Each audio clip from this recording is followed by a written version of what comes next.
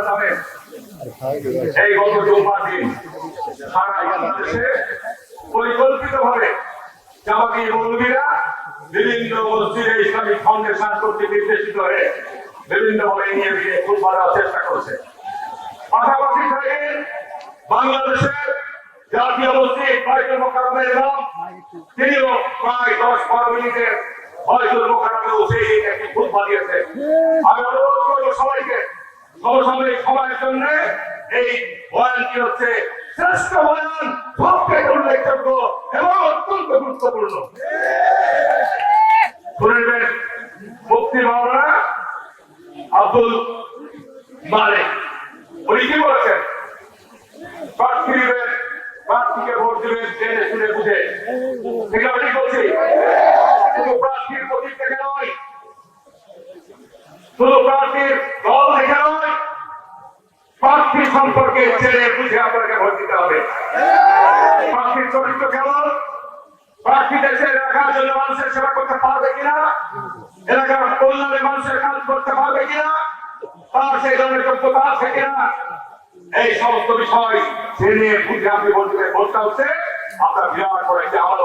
ঠিক আমি বলছি, সুতরাং যারা আপনাকে এই চাইনিজ কোরআনের সংখ্যা দেখাতে চায়, যারা আজকে লাঠি তৈরি করার হুঁশিয়ার দিতে চায়, যারা ইতিপূর্বে বহু হত্যা মামলার আসামি, এই ধরনের প্রার্থীদের ব্যাপারে আপনাদেরকে সতর্ক থাকতে হবে। উনি আরো গুরুত্বপূর্ণ এলেন দিয়েছেন, খুবই গুরুত্বপূর্ণ। আজকে জাতীয় নির্বাচন দুটো ব্যালট থাকবে। একদিকে জাতীয় সরকার গঠনের জন্য আপনি নির্বাচন দেবেন কোন প্রার্থীকে পছন্দ করেন, আর আরেকটি ব্যালট থাকবে আপনি হ্যাঁ এবং না কোন কিসে ভোট দেবেন। আমি গত 15-20 দিন যাবৎ আমার নির্বাচনী প্রচারণা চালাতেছে, আমার অনেক কষ্টের মুখোমুখি হতে হয়েছে। আমাকে জিজ্ঞাসা করছেন যে হাতে ভোট দিব না নাকে ভোট দিব। ঠিক আছে বলছেন না, এই যে আমরা অন্ধকারে রয়েছি, এখানে যারা ভোটার রয়েছে, আজকে সরকার এই একটি বিশেষ শক্তিকে, একটি বিশেষ বাইরের থেকে একটি শক্তিহীন করে বাংলাদেশের গণতান্ত্রিক ব্যবস্থাকে ধ্বংস করার জন্য চক্রান্ত করেছে।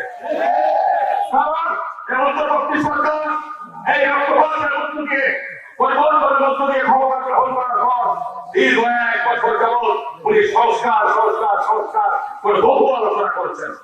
ঠিক আছে বলছেন না, এবং সংস্কারের ব্যাপারে বিএনপি অংশগ্রহণ করেছে, অনেক বিষয় দিয়ে একমত হয়েছে এবং বলছে আগামী সরকারে আসলে আমরা মিলেমিশে আজকে যারা সরকার সকল দিয়ে আলোচনা করছি, আমরা সকলকে নিয়েই আমরা সেই কাজে অগ্রসর হব। আজকে যে সংস্কৃতি নির্বাচনে সারা দেশব্যাপী কাজ করে বেড়াচ্ছে, তারা বলেছিল যে বিরাট ভোট হতে দেবো না। ঠিক আছে।